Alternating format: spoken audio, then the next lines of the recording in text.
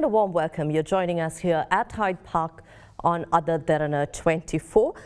As promised, we're here with yet another episode to discuss the Sri Lankan economy, the way forward, and industries that matter for the Sri Lankan economy's growth and resilience. We've invited to our studios industry representatives as well as boards representing the exporters of Sri Lanka. As Sri Lanka's exports marked the highest revenue last year, we thought of discussing how we could align export revenue, export industries to support Sri Lanka's growth path. And let me introduce Dr. Kingsley Bernard, Export Development Board Chairman, who's joining us tonight. A very warm welcome to you. Hello. We also have with us Mr. Randeewa Malalasooriya, President of the Coconut Milk Producers Association. A very warm welcome to you. I'd like to start off with Dr. Kingsley Bernard. Export revenue last year, we did see a surge, only second to the revenue posted back in 2021. This was close to about 4.5% increase year on year. Right. But what are your targets this year, and what are the growth prospects and the outlook for the entire export economy? Right. Now, you're right to say that we had a surge on exports in 2022, although we had COVID and so many other difficulties. For this year, if you look at what's happening, in most of our traditional developed markets, they are facing an economic downturn. As a result, if you look at the first 6 months of the year, we are experiencing a drop of around 12% in exports. That is value-wise. That's 12 by July this year compared to July 2022.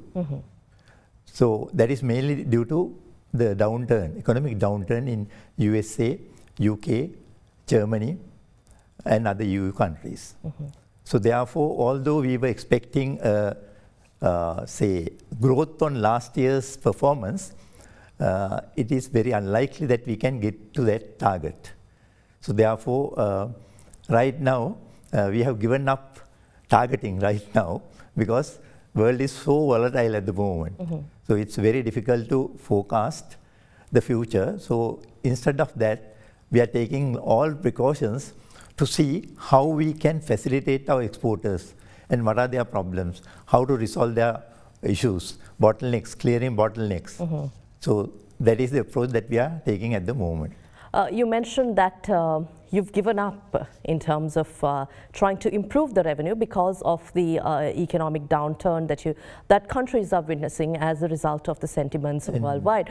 But amid a crisis, exports hit the highest ever in history. So what do you think, what's different from last year to this year that Sri Lankan exports can't really get that edge? Yeah, actually, it is mainly due to external issues. Because in export markets or international marketing, we are dependent on our buyers. So our main buyers are, as I mentioned earlier, those are the developed countries, about 5-6 countries. So in all those countries, they are facing an economic downturn. So as a result of that, our exports are, say, declining as a result of that. I'd like to speak further on the issues and the bottlenecks and the interventions that the Export Development Board has been engaged in terms of improving Sri Lankan exports. But in terms of the coconut industry, I'd like to turn to Mr. Randeewa Malalasooriya. If you can really explain to us, take us through the industry as it is today, because this industry contributes at large to the Sri Lankan economy through export revenue. However, we don't talk about it much. What's the current state of the export industry for coconut? Thanks, Indeewari. Indeed, as we have been learning for years, the coconut, tea and rubber are the contributing agricultural products of exports in this country. So it's specifically about coconut. I mean, last year total exports related to coconut is almost like $817 million. Year before it was a little bit more than that actually. Last year it was little about 50-60 million lesser than the year before, or like 2021. Why do you estimate the... So as Dr. Kingsley said, we also see a little downward trend because of the certain market has shrinked in European and the USA market. So we see that impact also there. It's a mixed feeling. We can see certain categories are actually grown and certain categories have come down. So in this 800 million on average, 850 million on average, there are mainly two types of coconut products, non-kernel exports and kernel exports. Non-kernel is like coconut, the peat and the shelf and activated carbon part of the story. The kernel product is into desiccated coconut milk and other oil and other exports. So this is like the division of generally of exports point of view.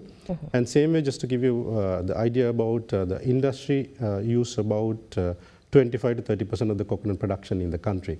So industry in the sense the for exports? For exports, okay. Yeah. For exports, we use about 25 to 30%. And this industry has a potential to bring very, if you really play it nicely or rather carefully, it can be about 1.5 billion to 2 billion export revenue.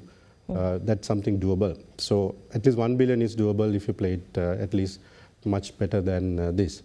So while spending 25% of the crop, we were able to go up to about 850 to 1 billion.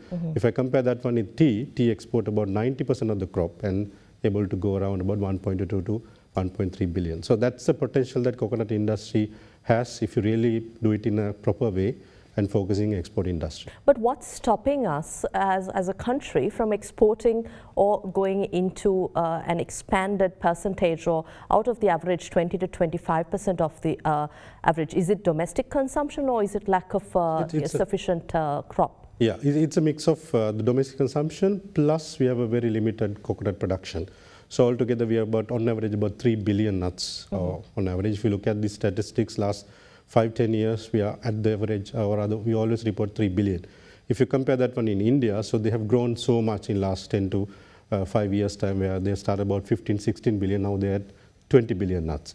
So the production is one of the challenge, and then of course the local consumption. So we are one of the highest coconut eating certainly, we love our coconut-based products. We consume about good 60 to 65% of the total production. So that's why we need to play it right and improve certain efficiency of agriculture field. And if you allocate another 10 to 15% of the coconut production to export industry, so this can easily go up to about 1.5 billion. Because we have a production capacity in the country. Because if you look at industry-wise, industry has spent more than about 250 million investment that is already done in the coconut industry. So they have the capacity, they have the capability, but we need to get the raw material right.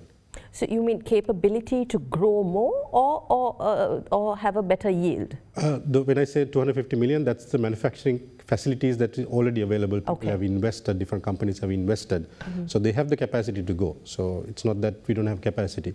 They have the capacity, but challenge is to get the enough coconut available for export industry. Right.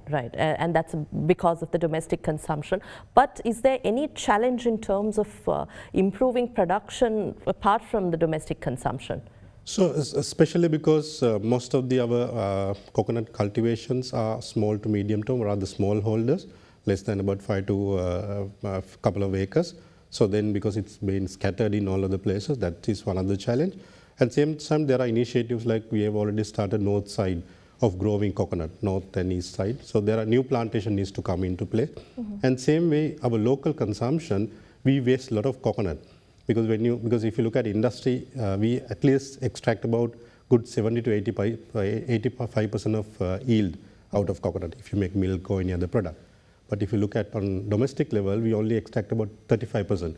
We waste so much. If you really replace that in strategically, because in industry level, we use shells separately. There are another industry for shells. But if you look at domestic level, our shells have been thrown away. So if you really play it properly and improve local consumption into more sustainable and logical way, certain nuts can be reallocated to industries to use it and export. The Export Development Board, how does the Export Development Board come here in order to create or strengthen these industries with coordinated and cohesive strategies, stringent measures that will uplift our industries, especially from waste to revenue generation mechanisms? Yes. Now Export Development Board has number of responsibilities. One is facilitating exporters. Now, when I say facilitating exporters, there are a number of aspects into that. Technical development, coordination, then improving, briefing the exporters about the requirements of the external markets, different barriers are there in those markets, then what are the quality control measures that they need to have.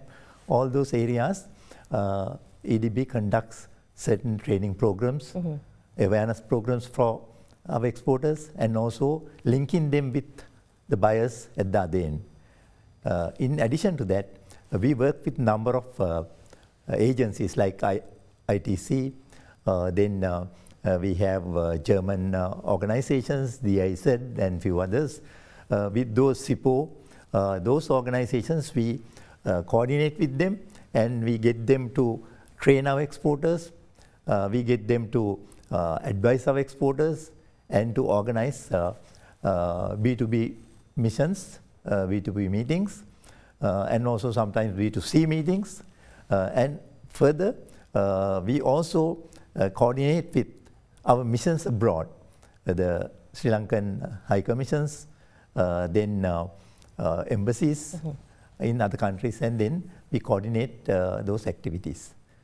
That is how we help them, and also we organize the participation of these, especially small and medium exporters in international trade fairs, where sometimes it may be difficult for individual exporters to get some space there in those organizations, in those international trade fairs which are prominent ones. Whereas EDB has the, strength to coordinate with them, talk to them and get those spaces. And also we organize their participation, not only the participation, but when you go there, we get them to get involved in B2B meetings and other promotional activities. Sure. Now, Sri Lanka plans to be an export hub, whether it's services or products. So what is the game plan here? Yes, that is the game plan is now we have identified certain key products where we can go ahead with the export hub. There are, now if you look at gems and jewelry, now we have all the qualifications to become an export hub, whereas some other countries where they don't even have gems are now playing that particular role in countries like Thailand. So now we are paying a coordinated effort with the authorities, with other relevant organizations, and then organize our concept to be implemented. Right. So, also, what support has the EDB given industries like the coconut industry especially? Now, we have a representative here who's talking about the industry's capacity that can be enhanced to bring greater revenue to Sri Lanka. So with this, is there sufficient support or intervention from the EDB side? EDB has 24 advisory committees. In different product categories, where those committees are comprised of not only the exporters, but also the decision makers and relevant organizations, representatives from relevant organizations and the government organizations, where we meet on a regular basis and discuss their problems. And whenever they have certain issues, bottlenecks, we always represent them with the government, other agencies, and then try to resolve those issues. Right. And more than me, I think he should be able to discuss, yes, give his own impression about that. Yeah. So it's more coordinating activity, and we are on the side of the exporters really, because we have to take their position, get into their boots, and then understand the situation and make representations to the relevant organization. Do you see there's room to improve on the kind of support that you do, or are there challenges in really supporting these industries? Yes, there are a number of ways, because sometimes lack of coordination among different organizations. Now, if you take Sri Lanka, there are so many organizations in a certain given product sector which are involved in different ways. So therefore, sometimes there's lack of coordination. So this if that coordination can be improved, we should be able to increase our productivity and also give them more opportunities to get involved in those exports. Right. Maybe I'd like to really, as Dr. Kingsley said, Randeewa, maybe you can add to this as well. The coconut industry now, with Sri Lanka planning an export hub status, services, products, and coconut industry is a highly value-added export industry. What more do you require in terms of an industry to improve and be a major player in a hub status? Yeah, of course, as Dr. Kingsley said, I mean, EDB play a bigger role already coming to certain things. I mean, one of the things we feel like, yeah, industry point of view, such institute need to be empowered more, because it cannot, sometimes the coordination beyond, they need to have authority to execute certain things. So, I mean, if you really want to make Sri Lanka with more exports, so you need to have one entity or few entities who's driving key initiatives. I mean, same thing we were asking from the government on the coconut sector, because if you look at coconut, as I explained earlier, coconut has about good 60% local consumption, which need to be catered without a doubt. So then balance, how are we going to distribute it, and what is our focus? So we need to get this focused right, and then every organization in every institute, policies need to be aligned on that focus. Sometimes we see that focus change time to time. So we, because this is a good time for us to be focused on exports, get the entire supply chain, entire the policies and everything aligned, because we have a real need at the moment. So where EDB is playing a role and can play a bigger role if you can, that such institutes being empowered of taking some of the decisions. So that's what we see from industry point of view.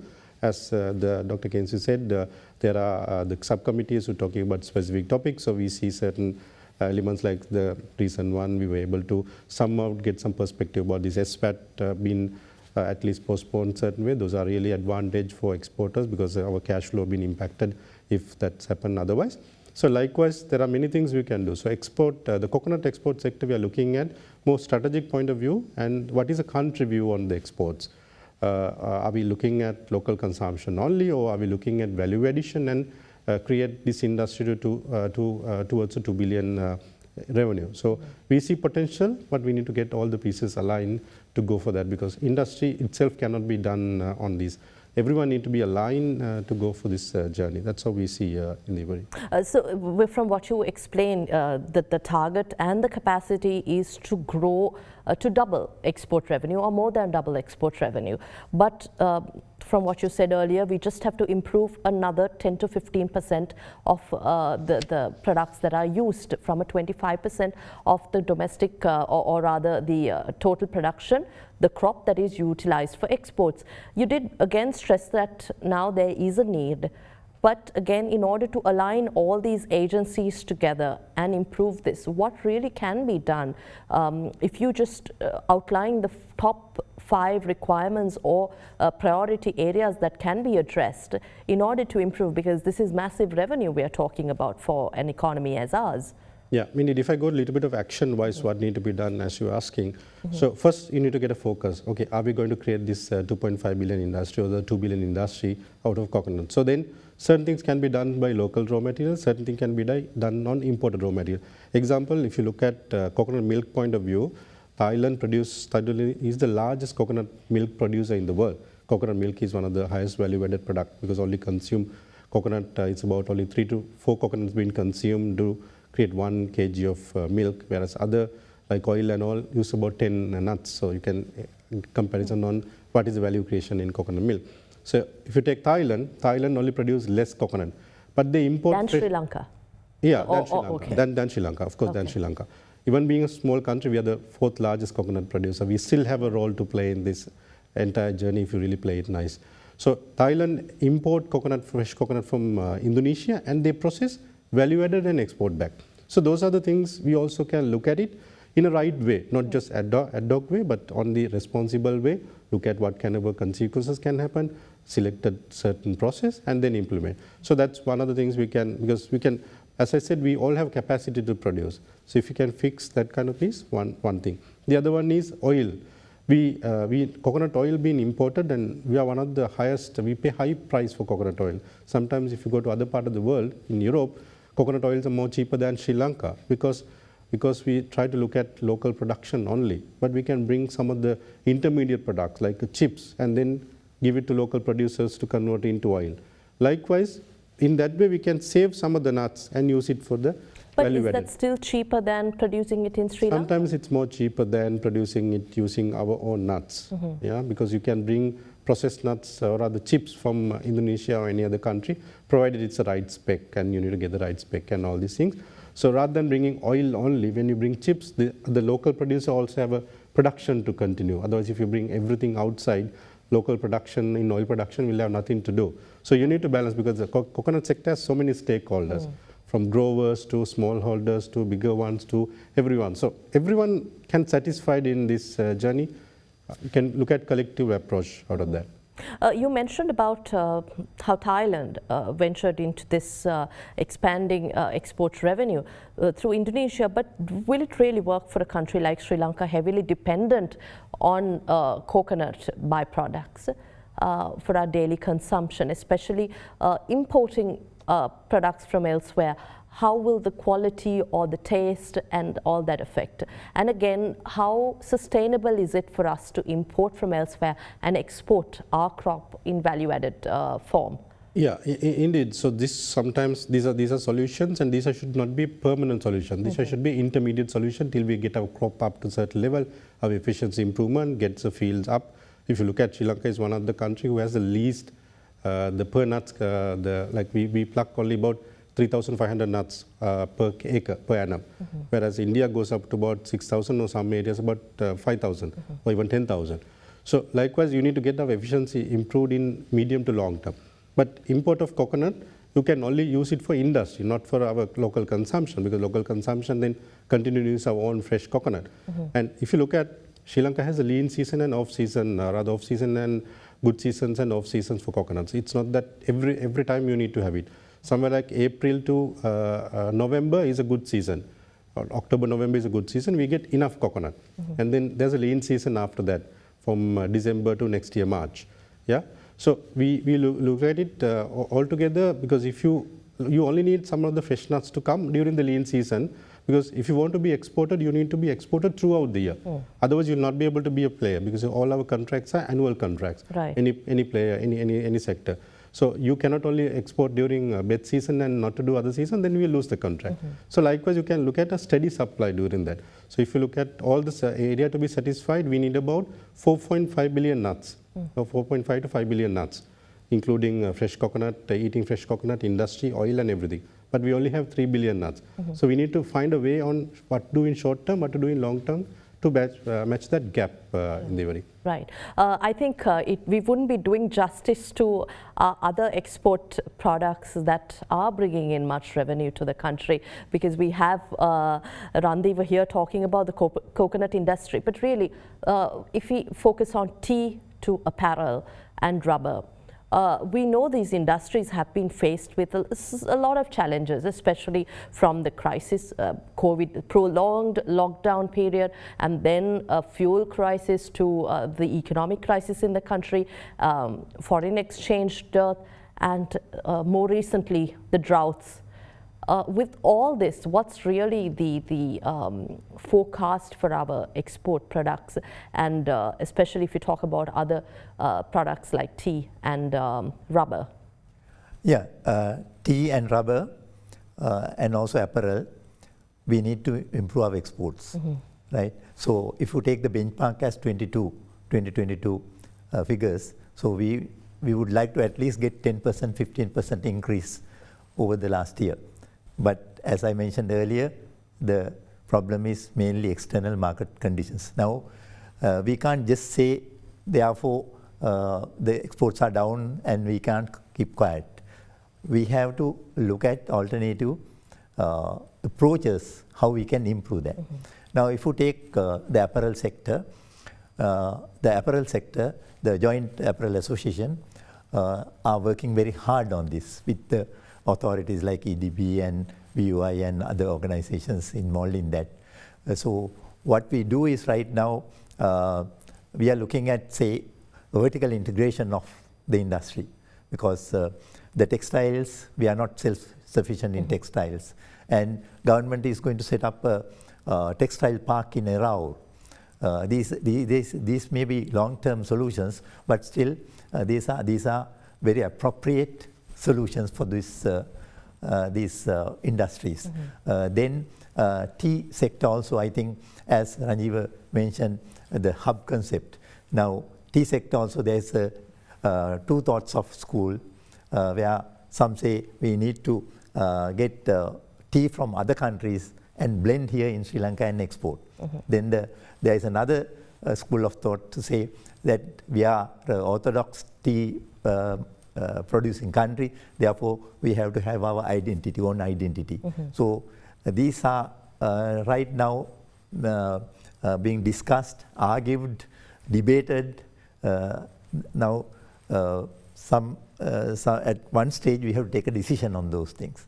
So if you want to use the hub concept, we need to have more tea and export.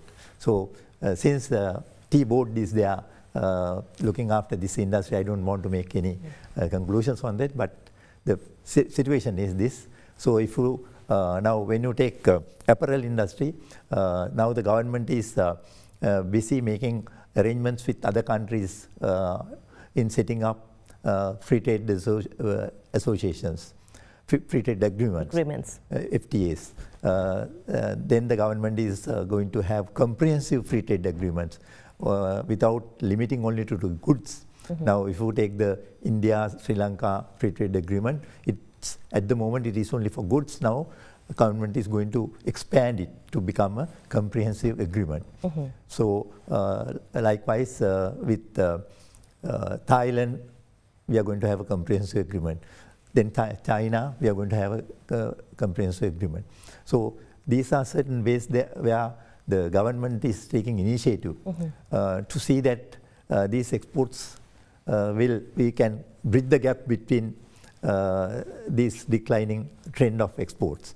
And not only that, now if you look at India, Bangladesh, Vietnam, those are our competitors for apparel. So those countries are having certain concessions from other countries, whereas Sri Lanka doesn't have.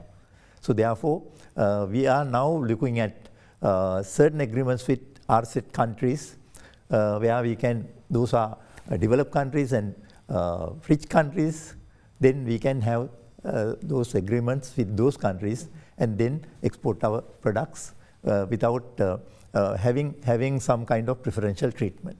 Right. So those are new strategies now that have been taken. I spoke about tea. Then also we have identified certain new products like ship and boat manufacturing. Those are actually for a country to develop, we need to have an industrial base. So we need to identify certain industrial products as well. Now Sri Lanka is having the capability of producing electronic items, parts of electronic items. Now we don't have to say we are away with the concept of producing a complete item in a given country, whereas we can join or get into different stages of the value chain by producing small parts, condensers, wire harnesses, electronic parts, small things. So the world is so developed, and AI, the artificial intelligence is in action. So therefore, a lot of facilities are there to identify those areas.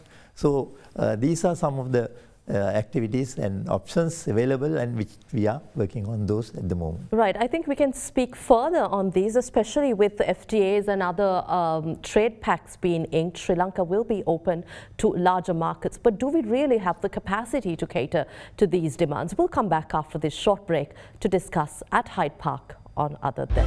Please stay with us.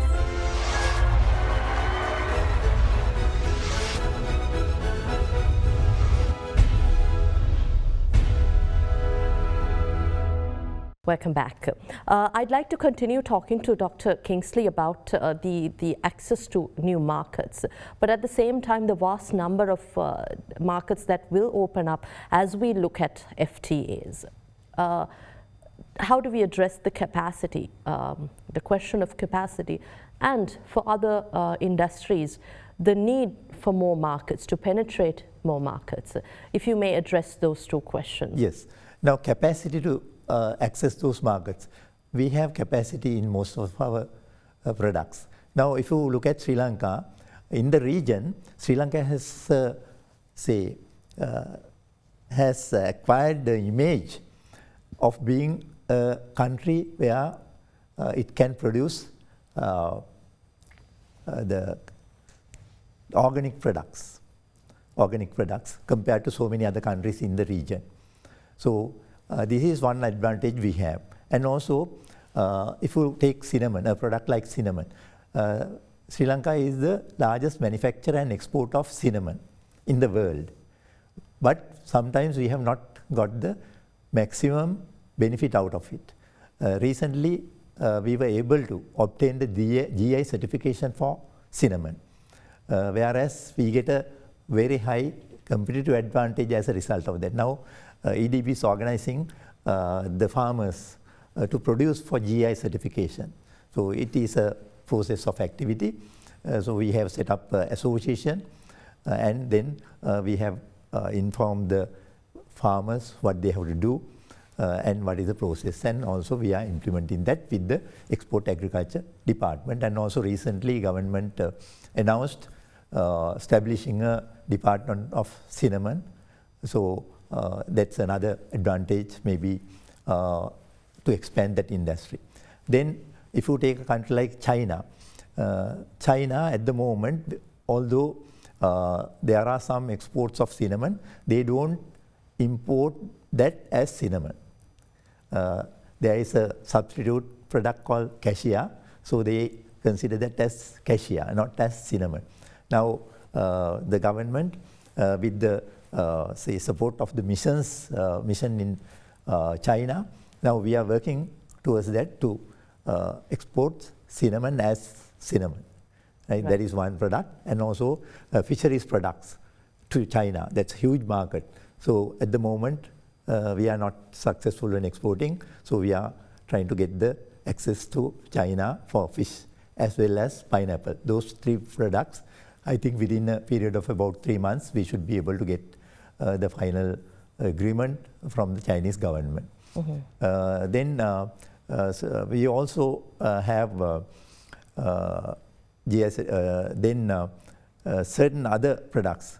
Now, Sri Lanka has a range of good products for the export market, but we don't have good brands. So therefore, Export Development Board has a project to introduce a Sri Lankan brand for these products. So we identify the worthy products, potential products for that brand, and then we are going to promote that brand. So these are some of the ways that we are trying to access the market. And also for certain products, we are involved in capacity development of the farmers, and also quality development, and also reduction of post-harvest losses.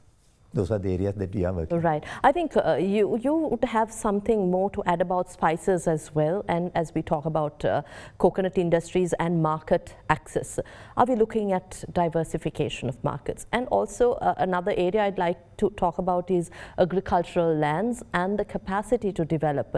We've seen markets shaken by decisions like the ban on fertilizer, then again the drought. So these are natural occurrences, the drought to rains, etc. But then do we have sufficient forecast mechanisms to support our farmer community?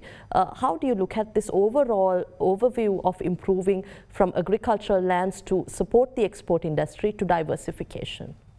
Yeah, indeed, agriculture point of view, we have a good potential, especially on the space of, as Doctor mentioned, on the organic space. Because if you look at conventional space, example of pineapple, many other countries can give a pineapple on conventional much more cheaper than us. Because generally we know our cost of production is little expensive than someone else's, or sometimes it's not little, actually we are expensive. But organic space, we have a good reputation as a country because we have been doing it in the right way, the processes are being implemented right way, so we have a good opportunity. Still, like the maybe short to medium term, we have a challenge with some of the crop again getting expensive, because when the production is less, then the product goes very high expensive. Today we have an issue of that way for pineapple. Even though pineapple have a good market, but our local market production is quite expensive because we don't have enough production for even for local market to cater. But holistically, on export point of view, organic agriculture has a good potential. I mean, we have seen it's been grown day by day, year by year. So, and as Dr. mentioned, the spices like cinnamon, we have a special advantage.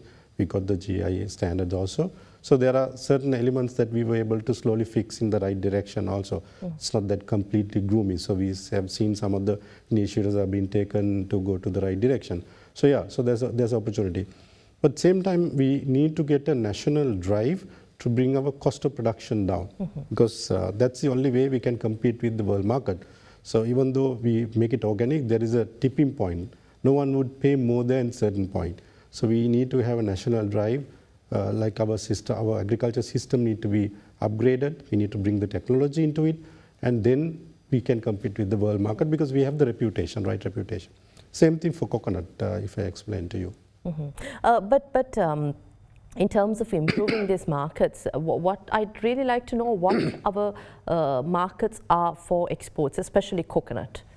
So coconut point of view, we have a good market in European side because all the products of coconut, from oil to desiccated coconut to milk, we have a good market in Europe.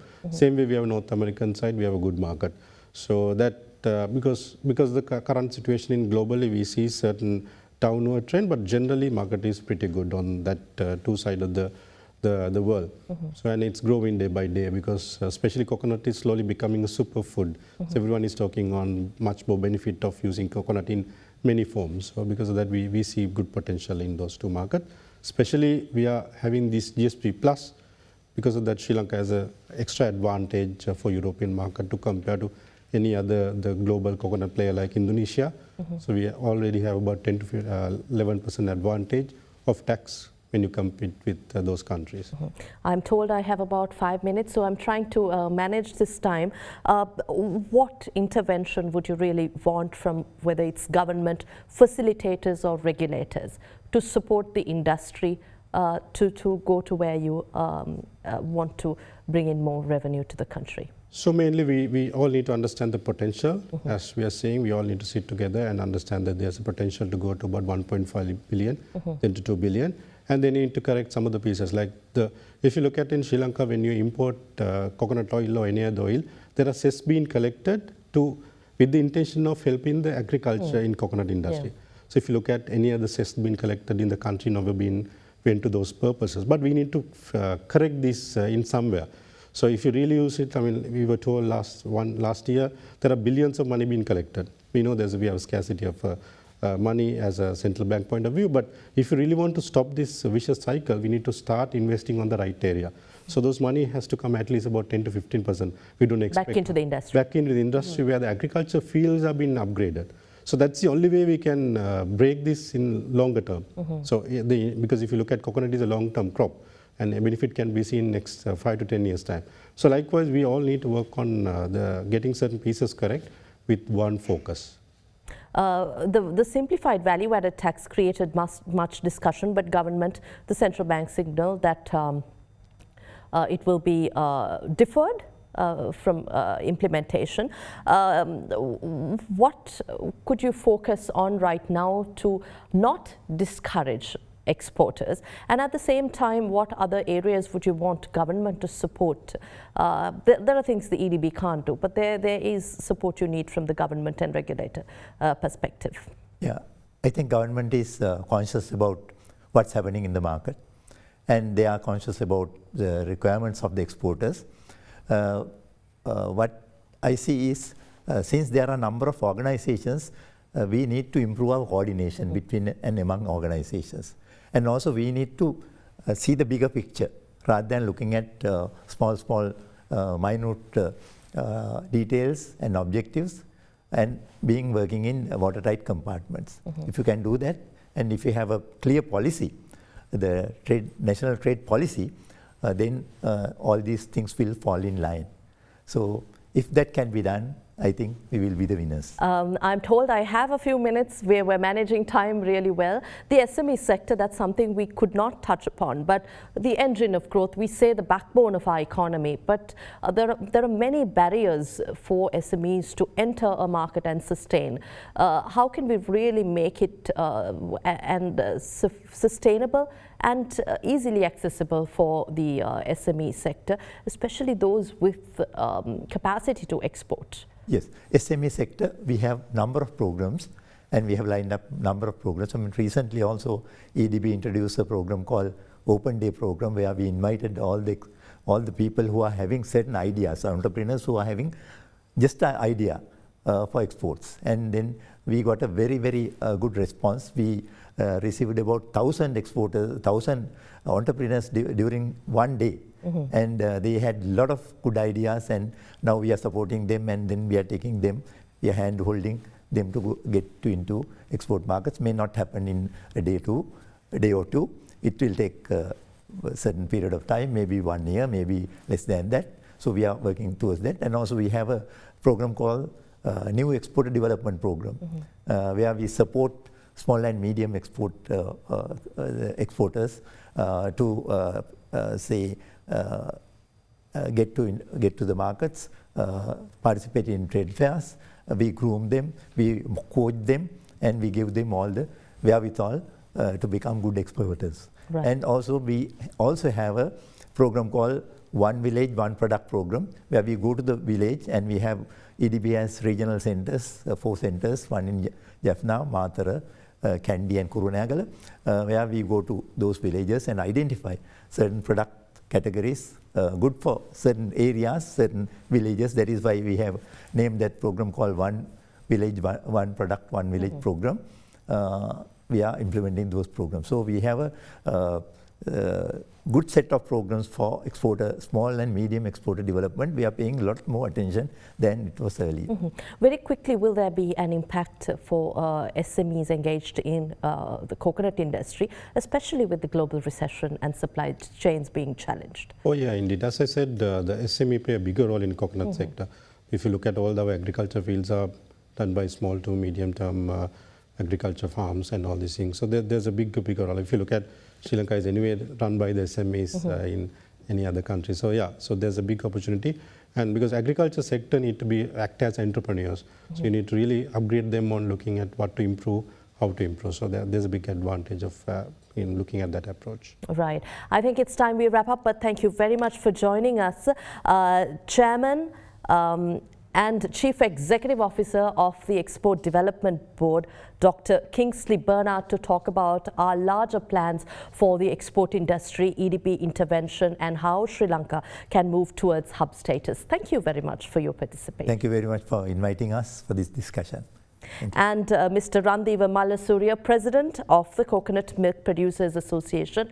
Thank you once again for your contribution in terms of enlightening us about the coconut industry, the potential and the challenges faced by industry stakeholders. Thank you very much for the opportunity given. Thank you. We'll return at Hyde Park on AdaDerana 24 next week at the same time with yet another discussion on Sri Lanka's economy, foreign policy, political situation and other news-making headline topics. Have a pleasant evening. Good night.